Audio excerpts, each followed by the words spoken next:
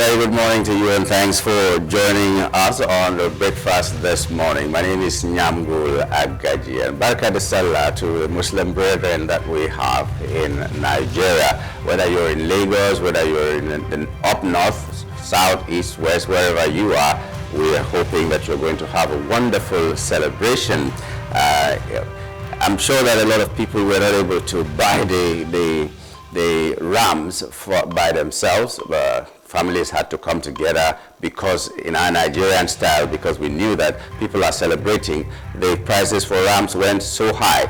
I heard yesterday someone talking about the fact that they wanted to buy a very good ram and they were told to give a 1.2 million naira for a ram, not a cow, a ram, just because there's going to be celebration.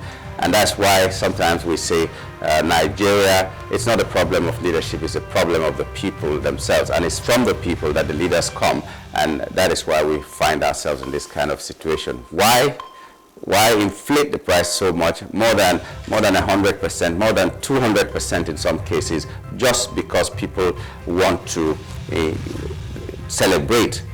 At Christmas, people bought chicken for 50,000 naira and turkey for like as high as 120,000 naira, just because people were celebrating. This thing needs to stop. Every Monday you want to take a bus to wherever you're going to and they tell you that today is Monday and they hike the price just because people want to be where they need to be on a Monday morning.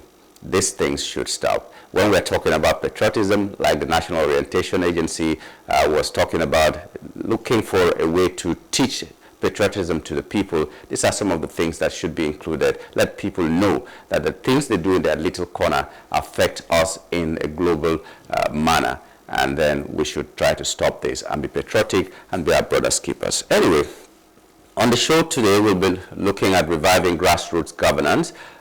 We'll be looking specifically at the Dayo Ashade's vision for change. We also will be talking on the Eid Kabir celebration of sharing and generosity. So what that means to the Muslim brothers and to our world, we'll be looking at it. We will also be looking at the top trending issues, a few of them that we can take this morning, and then we'll go to the press to see what the fresh headlines are. In the meantime, let's take the quote for this morning.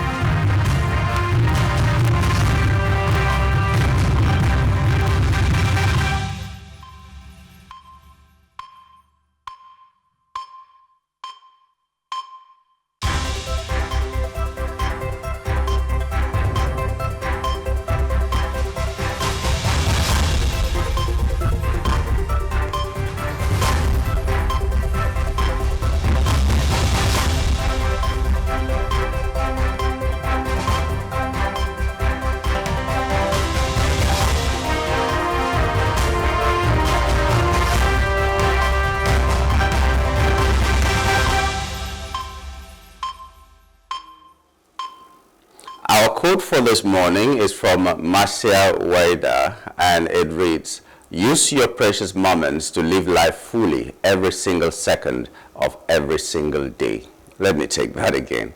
Use your precious moments to live life fully every single second of every single day.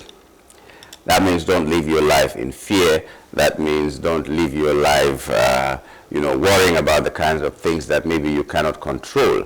The things you can control, go ahead and control them. Those that you cannot control, leave them to God. Like they said, do your best and leave the rest to God. But this does not mean that you will live your life in a terrible manner just because you want to tell yourself you are enjoying life. Life is too short. When you're living your life, know that you're living your life with other people who also exist in this universe with us. So live your life moderately, live your life without fear, live your life to the fullest. Take opportunities when they come and do what you need to do. And the ultimate goal should be to better humanity and live this life better than how you met it.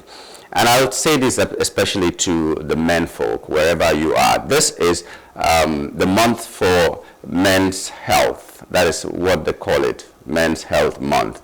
June, every June is like that, and 2025 is not an exception. As you're trying to cater to the needs of your family and to all the people that depend on you, Know also that you are human and take care of yourself, because when you die, because that's the ultimate, when you die, first of all, life will continue. And second of all, maybe the people that you're going to leave behind will even suffer more because you left at the time that you did not think about. How many times do you go for health checks? How many times do you take care of yourself? Maybe you eat well. How many times do you even to dress well and think of yourself as, I am really a man, and have that confidence in you? How many times have you shared your worries with somebody? Don't think all the time that because you are a man, you can hide everything. If you can't talk to your wife, you must have built a circle of friends that you people can talk about problems that you have, and not have judgments on you, and not have any hard feelings and all that. They can proffer correct solutions, or at least make you laugh at the time that you thought there was no possibility of you laughing anymore. Some of us have those kinds of friends. There may not be a lot of people. These are not people who give you likes and dislikes on social media. These are real friends that you can interact with, people that will sit with you. Sometimes instead of crying with you, they're just talking in such a way that you'll be forced to laugh. There are people like that. So build that kind of friendship around you, so that in challenging times, there are people that you can call on the phone, or go sit with them, talk your heart out with them, and then know that there's no judgment there, and they will be genuinely concerned, and they can proffer solutions and hold you by the hand. So being a man doesn't mean that you are a stoic, you are a statue, you are not human, you're superhuman. You're not. You're just a human being. So work to cater to your family, to the needs of your family. Work also to make sure that you cater to your own personal needs. Have those regular checkups, eat well, exercise well, do whatever you need to do, and all that. And to the women folk, especially those who are partners to these men, or you are sisters to these men, and all that. This is June, Men's Health Week. One of the greatest things that men suffer is mental health issues. That is what they suffer most, because they will not tell you. When they are depressed, they will not want to share with you. When there is a big problem, they want to protect you at all costs and all that. That's how a man was wired. Whether society says it or not, a man was wired like that. So show some love. Call that man in your life today, if they are far away, and just check up on them and make them know that they matter. Whether it's your boyfriend, whether it's your husband, whether it's your brother or a friend somewhere in this world, it's a man. Just check up on one or two men every day, at least for the rest of this month, and just make them know that they matter. That is what it is. Because when we talk health of the man, he doesn't even care about any other thing. He just thinks about how he can make it in this life and not be ashamed. He's not thinking about who will take care of him. It's women that think about that. You want to enter into a relationship and you're asking the man, can you take care of me? A man comes to you asking you for a relationship. What he asks you is, whether he tells you or not, he asks himself, what does she bring into the table? That means that he has a table, but he wants someone who can give him peace while they are eating at that table. It's not a bad question, like I've seen on social media, people saying, you don't ask that, I am the table. You are not the table. He has prepared himself to get you into his life, to take care of you, but how much peace is he going to have? The women ask this question also, but they don't ask, what are you bringing to the table? They ask you if you have a table in the first place. That's why they ask you, can you take care of me? So what I'm saying in essence is check up on that man, whether it's a boy or a full-grown man or anything. Just check up on them and make sure they are doing okay, and make sure they know that you're thinking about them, and make sure they know that they matter. So let's rush into the top trending issues right now. A 1,000-seat auditorium and civic center at the College of Nursing Science in Onitsha, Delta State, donated by former House of Representatives Minority Leader, Right Honorable Ndudi Elumelu, is nearing completion. Construction began on April 10, 2025, and is progressing as scheduled. As of June 4, plastering, installation of doors and windows, suspended ceilings, tiling, and electrical fittings have been completed. Work on perimeter fencing and compound flooring is currently underway. The facility includes 8 toilet facilities, offices, changing rooms, and an underground water storage system, aiming to provide a modern space for events and academic activities. Project engineer Chibuike Ofobuike has assured that the project will be completed within the stipulated time frame, likely within 2 weeks. Elumelu confirmed that the auditorium is expected to be ready for commissioning and handover by the 3rd week of June. Elumelu announced the project during the college's matriculation ceremony on April 8, 2025, promising completion within 3 months. This initiative reflects his commitment to enhancing educational infrastructure in his constituency. The auditorium is anticipated to serve as a significant asset for the college and the surrounding community. We'd like to thank him for doing that, and this is not about Elumelu, it's about the Nigerian people who have the wherewithal to help.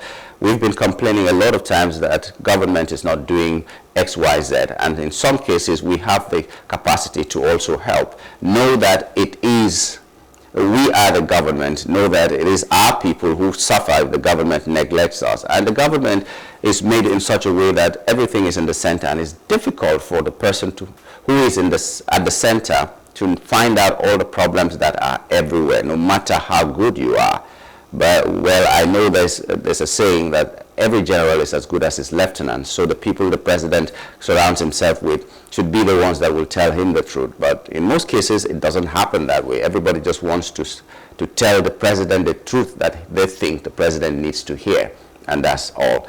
But if you have the wherewithal, please do help. You have a school in your locality that is dilapidated. There is the land, but no good accommodation for the children. If that building collapses on the children, it is your people that have died. If you can do something to help, then collaborate with the government and the authorities that be, and make sure you do the renovation. You go to hospitals, the same thing. You go to higher institutions, the same thing. So as we are applauding what Elumelu has done, we are calling on all other Nigerians to do the same. Help where you can. And also, let me use this opportunity to also call on Nigerians to help the people who are now in IDP camps because of insecurity, or like the recent thing that happened where people were victims of flood and then they had to be camped somewhere. Food is a problem in those kinds of places, and if you wait for government, because of bureaucracy and so many other things, some of these people might die of hunger or diseases where they are. So look for the relevant authorities, see how you can collaborate with them, and let these people have food and all the necessities that they need in those places that they have housed them now. So bottom line, Nigerians, wherever you have the opportunity and the ability to help, please help. It doesn't have to be that you are a millionaire so you can build houses and all that. For instance, in Lagos State, they say that you should not drop refuse anywhere. You see someone doing that, correct them. You are contributing to also our development. If the person is headstrong, report that person to the authorities, just like the person who was dumping refuse a few weeks ago, and someone identified his car, and now he has been arrested. And a lot of people will look at that and maybe stop to do that. So do your patriotic beat as much as you can, and then we'll see our Nigeria growing in leaps and bounds. And then when it's time for election, go and vote for the right person according to your conscience. The Federal Road Safety Corps, FRSC, has impounded 25 tricycles in Nyanya, Abuja, for operating on unauthorized routes. This enforcement action aims to uphold traffic regulations and ensure road safety compliance. The operation is part of the FRSC's ongoing efforts to maintain order on the roads and prevent accidents caused by route violations. Tricycles operators are reminded to adhere strictly to designated routes to avoid penalties. FRC has reiterated its commitment to enforcing traffic laws and enhancing safety for all road users. I like this. If you go against the law, you should be held accountable for that. The only thing is that a lot of this law enforcement, they are not consistent enough. I'm sure that these people who were arrested here may have been plying this route, which is illegal anyway. I'm not rooting for them. I'm not talking for them. But they may have been plying this route for a very long time, and nobody's saying anything about it. And then they have, the FRSC has days of enforcement, that they will go on that day of enforcement that nobody is thinking about, go and impound those people, those vehicles, and then take them to wherever they're taking them. So on the one hand, whoever violates the law should go in for it, should pay the penalty for violating the law. But I am calling on law enforcement agencies to be consistent in whatever they're doing. If a tricycle is not supposed to pass a particular route, make sure that they never do that.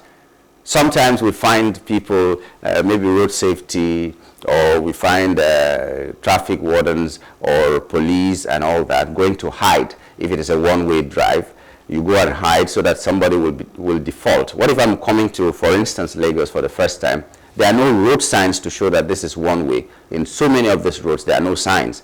And then I enter the road, you're hiding somewhere. Instead of you being where you can direct me that I shouldn't enter there, you go and hide, let me enter maybe up to half of the road, and then you just appear and you arrest me. And then you make money off me. Because if I pay you enough, it no longer constitutes a violation, that you just let me go and all that. These things happen. So be consistent in whatever you do, and then people will know that anytime, any day, I violate whatever law has been set in a particular place, I'm going to go in for it.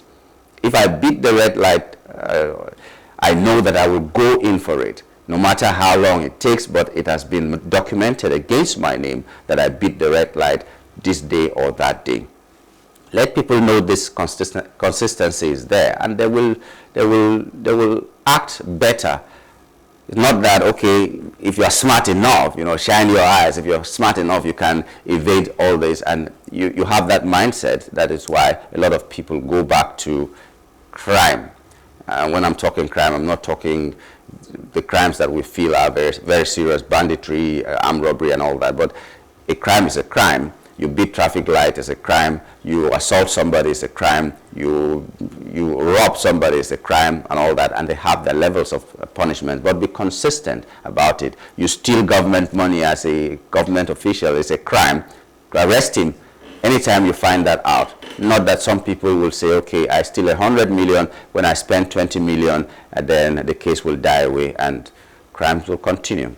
Anyway, the Minister of Aviation and Aerospace Development, Festus Keyamo, has raised concerns about the aging workforce in Nigeria's aviation industry. He noted that this trend is leading to knowledge gaps and operational challenges, potentially hindering the sector's growth. Keyamo emphasized the importance of attracting young talents to ensure the industry's sustainability and advancement. Speaking at the 14th National Travel Essay Competition in Lagos, Keyamo, represented by Mrs. Obiageliora of the Federal Airports Authority of Nigeria, urged stakeholders to actively identify and nurture young individuals interested in aviation careers.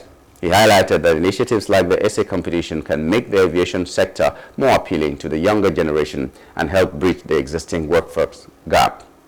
Captain Chris Najomo, Director General of the Nigerian Civil Aviation Authority, represented by Olubukola Teriba, also addressed the event. He acknowledged the challenge young Nigerians face when entering the aviation industry, such as limited access, financial constraints, and lack of mentorship. Najomo praised the organizers for their commitment to youth development and creating platforms that connect young Nigerians to opportunities in air transport and tourism. So many things here. It's not just in the aviation sector, in the Nigerian civil service generally, that's what is happening. It's an aging workforce. You know why? One, people who are already there do not want to retire, because it's not that they love working to death. It's because they are not sure. There's no security that when they retire, they are going to have their stipends and then continue life of a retired person. Elsewhere, you go, you find some people, they can't wait to retire, because when they retire, they have time to cruise, to go on a cruise ship and enjoy their life, to go on tour. They travel to everywhere in the world with their retirement benefits. They didn't even need at that time when they were working to build a house, or to say they are going to wait to the time they retire before they can build a house. They can buy a house, they can have mortgage, they can have a loan that they will pay back and all that. Things are made easy for the workforce. And that is why nobody can shame them, like a car salesman shamed the civil servants and said that it will take them 60 years to be able to buy a particular kind of car. And the government came for the throat of this person. And Nigerians were asking, what is the lie in it? Because you have impoverished the workforce so much that these things are true. No matter that the person may have been insensitive, but how insensitive is he than the government that is making these same people to look like poor people, to be poor people? Imagine 70,000 naira as minimum wage, and some states are not even paying and all that. So on the one hand, the people who are already there are not willing to retire, and understandably so. On the second part is that in Nigeria today, nobody thinks about mentorship. They will ask you to apply, and you should not be above 25 years, but you should have 10 years of experience. Who does that? Where else will you go and get that? So you will never find a workforce that is young enough, because you want people with experience, yet you don't want to give them the experience. The best experience you can have is on the job. Even the kind of job I do, I'm talking to you right now, you learn more by doing it. Someone once said that if you want to teach John Latin, you have to know John and you have to know Latin. So when you know the Latin, and then you find that young person that wants to learn, you find out what their particular challenges might be, and you can mentor these people well. And then there will be a transition. People who are there, they get tired, they want to go away, and then because they know that life continues after retirement, and then you have a new workforce coming, also trying to work, make a name, and then retire tomorrow. But it's not like that in Nigeria. So you will find this workforce being old and aging workforce everywhere that you go to. Before you become a director of programs, for instance, in a media house, you can imagine how old you will be. There's so many people who are in their 70s there, but officially they're still 50 because they don't want to retire. And I'm not saying this just to talk down on anybody, but I'm telling you that the Nigerian person is afraid. There is no job security for the civil servants to retire to and say, okay, I'm going to have my benefits and all that. So they don't want to leave. And if they don't want to leave, there's no space for the young ones to come. And even if the young ones want to come, there's someone who also addressed the people, and they said that constraints, so many challenges, financial and so many other challenges that these people face. You want to get a job and they tell you to bring ₦1 million first before you can get a job. How long will it take you to make back that ₦1 million? Even if you have to borrow the ₦1 million, how long will it take you? So you have to cut corners if you enter there and all that. Things are so difficult. Unless there is a system that recognizes talent, that recognizes the fact that we need to mentor these people and all that, we will always face this problem. So it's an aging workforce everywhere. So the government should look into it and think about this mentorship, see how they can recruit people without having to pay money, without people having to pay money, and then you place them under training. We used to have this. You are employed and you have trainings here and there, and you become good at what you do. But it doesn't happen anymore. And that's why we'll continue to have an aging workforce, while the private sector is getting younger. Okay, in a significant move within Nigeria's downstream oil sector, 6 major depot owners have reduced the ex-depot prices of premium motor spirit, PMS, commonly known as petrol. Emadeb, First Royal, Menge, Aito, Pinnacle, and Hyde have all implemented price cuts, with Emadeb lowering its price from 903 to 825 naira per litre, marking a substantial decrease. Other depots have also adjusted their prices accordingly, with reduction ranging from 826 to 868 naira per litre. This shift is attributed to declining global crude oil prices, which currently stand at approximately $65 per barrel, and the ongoing competition within the sector. The price adjustments by these depot owners are expected to influence the broader market, prompting further reductions in petrol prices at retail outlets. Industry experts anticipate that Dangote Petroleum Refinery, which currently offers a gantry price of 825 naira per litre, may also lower its prices in response to the heightened competition. The national president of the Petroleum Products Retail Outlets Owners Association of Nigeria, Petron, Dr. Billy Giles-Harry, emphasized that these price cuts are essential for depot owners who imported petrol at higher costs, enabling them to remain competitive in the domestic market. While the ongoing price reductions are beneficial for consumers, there are concerns about the potential negative impacts of excessive competition. Dr. Giles-Harry cautioned that while healthy competition can benefit consumers, too much competition could harm the sector. Well, no need to even say further. We are glad there is this price war, this trade war, whatever it is. We are glad as people that this is happening, even though at this point it's only the people who actually own cars that will be, it's mostly the people who actually own cars that will be affected so much, because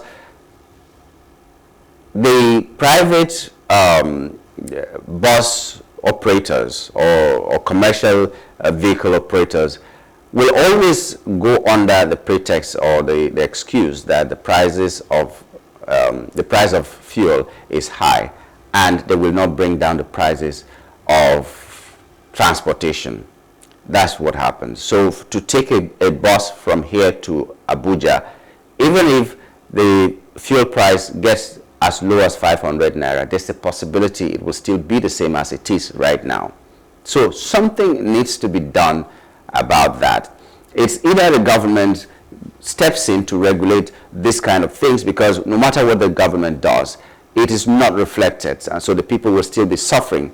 And even if the government comes and says we have done X, Y, Z, so long as it's not reflecting on the life of the people, it will still be a bad thing. So some sort of regulation should be there. That's one solution. Another solution is that the government on its own should float the buses, that we will not, because right now, if a BRT is going on my route, I have no business with a yellow bus. Because first, there will be more comfort in a BRT, and secondly, the price will be more friendly on a BRT. So I will not take the yellow bus.